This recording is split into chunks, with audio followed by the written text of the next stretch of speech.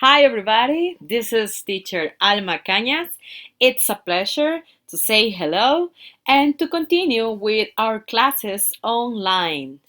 Today we continue with video 2 for the topic present perfect tense. I feel so happy that you are practicing and watching my videos, okay?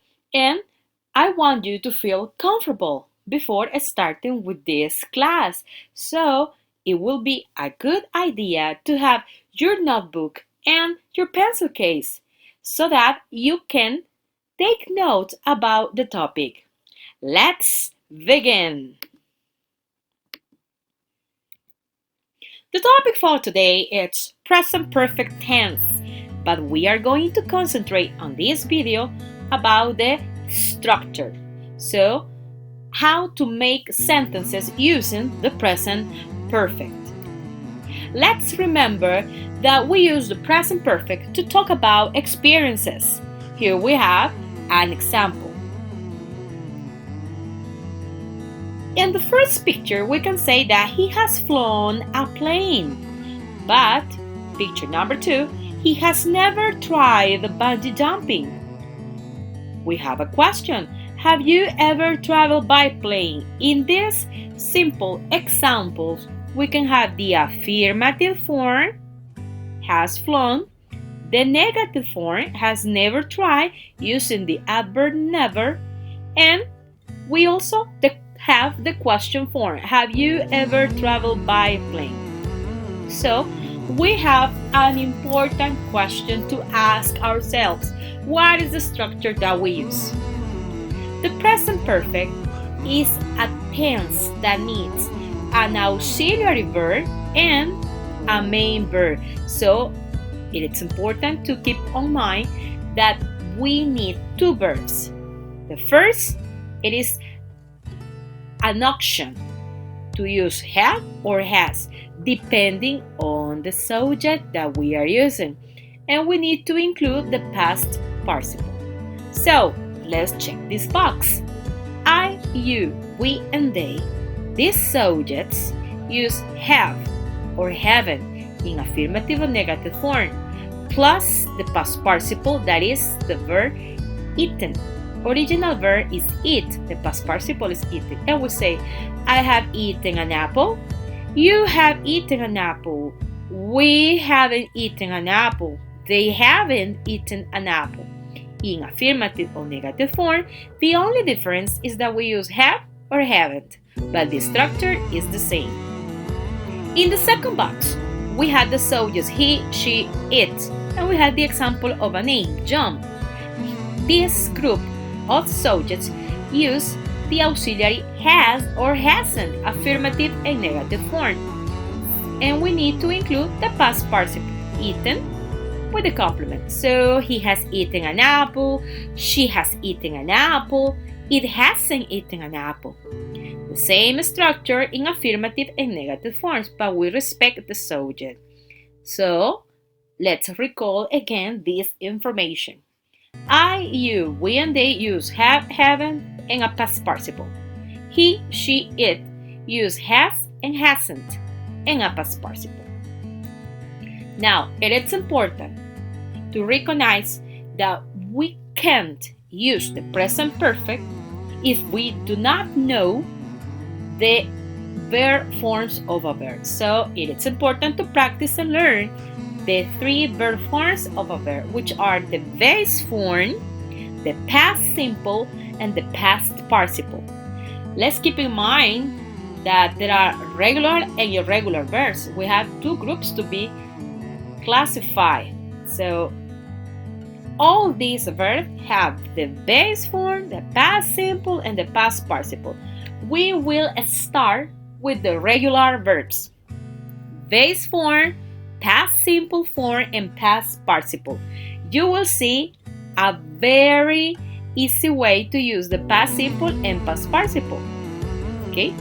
Because here we have it, and it is the same. Exactly, it is the same. So we have cook, cooked, cooked. Study, studied, studied. Play, played, played. Visit, visited, visited. Travel, travel, travel. Learn, learned, learned. Share, shared, shared. The past simple form, it is exactly the same as the past participle. Let's pay attention in the pronunciation, okay? Cooked, cooked. Studied, studied. Played, played. Visited, visited. Traveled, traveled. Learned, learned. And shared, shared. We have a second group to continue. Okay, now we continue with the second group that we have. And this is also a regular group. Okay, so we practice the base form, the past simple, and the past participle. We repeat: cried, cried, cried. Laughed, laughed, laughed. Invite, invited, invited. Help, helped, helped. Like, liked, liked. Start, started, started. Call, called, called. Again, we pay attention that the past simple form, it is exactly the same as the past participle. Remember to pay attention to the pronunciation. Cried, cried. Laughed, laughed. Invited, invited. Helped, helped. Liked, liked. Started, started. Called and called. We continue, and now we have irregular verbs. We start with the group of the irregular verbs. They also have base form, past simple form, and past participle. But in some cases, we are going to notice that the past form, it is different to the past participle, but in other cases, it can be the same. So let's try to pronounce them. Be, was, were. Been, have, had, have. Go, went, gone. Eat, ate, eaten. Make, made, made. Write, wrote, written. Okay, so we can see that in most cases the simple past form and the past participle, it is different. Okay, but we have cases like have, that the past simple is have and the past participle, it is the same. Also we have make, which past simple is made and past participle made. We continue with next group. Irregular 2, and we have base form, past simple, and past participle. Swim, swam, swam. Tell, told, told. Give, gave, given. Meet, met, met. Break, broke, broken. Do, did, done. In this case, we have the verb tell, which past simple is told and past participle it's the same, told. The same case to the verb meet, met, met. Okay, now that we have practiced this group of verbs, it is important to recognize that there are a lot of verbs. But today, I have classified the regular and irregular verbs that we are going to use in this unit, and that's a little starting for us to practicing. Okay, now we always use the present perfect tense in 3 forms: the affirmative, the negative, and the question form. In the affirmative form, we have a structure to respect. This is now important to notice. This is the structure that we need to use to work on the worksheets and to use in our video, okay? And also in the quiz that we're going to have on May 6th. So we have, in the affirmative sentence, we use the subject. and we need to select have or has, that is the auxiliary verb, depending on the subject. And we include a past participle, that is the verb that we are using. We have an example. I have tried sushi. I, it is the subject. Have, it is the auxiliary verb that we use for the subject I. The past participle is try and the complement is sushi. I have tried sushi. We could change this if we say she. She has tried sushi. So the auxiliary will be has because the subject now is different. We use she. For the negative sentence, it is the same structure, but now the auxiliary is going to represent the negative form. So we have subject, auxiliary have not, haven't. Having, it is the contraction. I recommend to use the contraction, it's simpler. And has not, which contraction is hasn't. Please try to use the contractions haven't and hasn't. And we include the past participle. And here we have the example. I have not tried sushi. If we use the contraction, this will be simpler to pronounce and to write. We will say, I haven't tried sushi. I is the subject. Having or have not, it is the auxiliary negative form. Try is the past participle and the complement sushi. The same will happen if we say she. She hasn't tried sushi. Okay? And finally, we have the negative form, that is the auxiliary verb at the beginning. Then we have the subject to finish with the past participle. So we have you tried sushi? Have you tried sushi? Auxiliary verb have, respecting the subject you and the past participle. Have you tried sushi? Now let's make a question using he. Because now the subject is he, we will use has. Has he tried sushi? Okay? 3 forms: affirmative, negative, and question. Pay attention to the structure. We use two-time expressions when we are talking about experiences, especially the present perfect. The first expression that we have today is ever. Ever. We use it for questions. Example, have you ever studied French? Have you ever studied French? Have you ever studied French? The correct position of the adverb ever of the time expression is after the subject. Have you, subject, ever studied French? It's gonna be between the subject and the past participle verb. Have you ever studied French? Has your mother ever made a cake? Has is the auxiliary. Your mother, it is the subject. Ever, it is the time expression.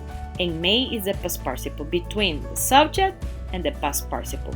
After we write the subject in a question, we use ever. So, have you ever studied French? Has your mother ever made a cake? And we have a second time expression that is never. We say ever and now we say never, okay? Never. We use never to say we do not have the experience. Actually, we emphasize, okay, that we haven't done something. So, I have never eaten frog legs. The auxiliary verb, it is affirmative, but the adverb never, it's negative. So the whole sentence has a negative meaning. Okay? Pay attention to this aspect. This is an important detail. I have never eaten frog legs. So the answer is no, I haven't. You have never been to Africa. She has never danced in a party. The position of the adverb never is after the auxiliary verb before writing the past participle. Have never eaten, have never been, has never danced in a party. Okay, we continue. Something important to remember is to identify the subject, to select have or has. Okay, so the first thing is to understand who I am talking about. I, you, we, they, or he, she, or it. Because according to this, if we respect this, we can have for sure the correct auxiliary verb. I, you, we, they, have or haven't, he, she, it, has. Remember to write the verb in past participle, respecting regular or irregular forms. To complete the structure for the present perfect, we need to add a past participle, but this can be regular or irregular. In a regular form, we say cooked. I have cooked. We have studied. He has traveled. She has visited. But when the past participle belongs to a irregular verb, it is important to respect it. I have swum. We have given. He has broken a window, maybe. She has met Mel Gibson or something like that. Now it's time to practice. Use the present perfect in affirmative, negative, and question form for this sentence. You eat more than 3 slices of pizza. Let's start with the affirmative form. You eat more than 3 slices of pizza becomes you have eaten. You have eaten more than 3 slices of pizza. The negative will be you haven't eaten more than 3 slices of pizza. You haven't eaten. And the question, have you ever eaten more than 3 slices of pizza? Have you ever eaten more than 3 slices of pizza? Remember this structure, it is important to be used at the moment that you are completing your exercises in the worksheet, okay? Or at the moment of recording your video for the top 10 experiences, okay? Now that you have finished the video, you can work in your worksheet Inglés Guía 2. Thank you so much for watching this video. Remember that I miss you, my kiddos. And this all for this moment, okay? Thank you so much. Take care. Remember that I love you. Remember that I miss you. And I hope that you are okay at home with your families. Okay, so stay home. Bye-bye.